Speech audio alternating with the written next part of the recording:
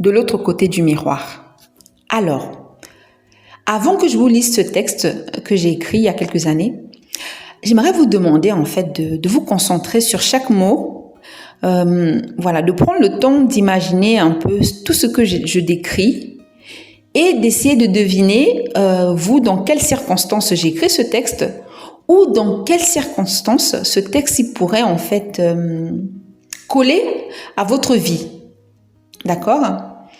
Et à la fin, je vous dirai donc pourquoi j'ai écrit le texte, tout à la fin bien sûr de la vidéo. Et je serais curieuse de savoir, vous, qu'est-ce que vous avez imaginé?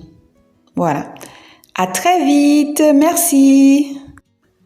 De l'autre côté du miroir, grande et intense, telle est l'étincelle naissant de notre accrochage.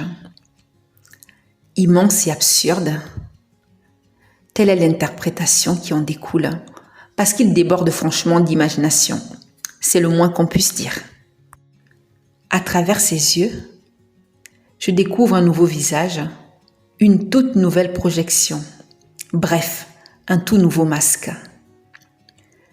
Aussi puissante soit-elle, la profondeur de ton regard ne pourra jamais atteindre le fond de sa pensée. En effet, les fenêtres de mon âme ne dévoilent qu'une partie de la surface émergée de l'iceberg. Tel un océan rempli de secrets, l'exploration en profondeur nécessitera quelques outils bien aiguisés.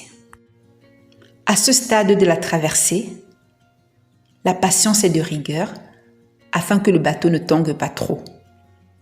Ne surfe pas sur cette vague menaçante du jour au lendemain.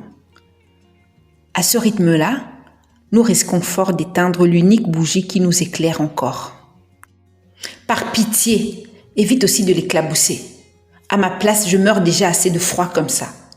Et c'est pas marrant. Ah, nous voilà presque déjà arrivés.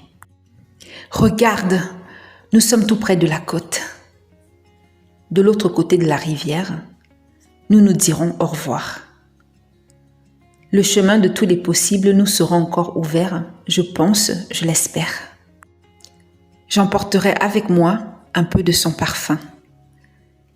Tu laisseras derrière toi quelques lignes dans son journal. Mon cher ami, de tout cœur, je te souhaite le meilleur vers ce chemin mystérieux et heureux, je l'espère. Merci beaucoup de votre attention.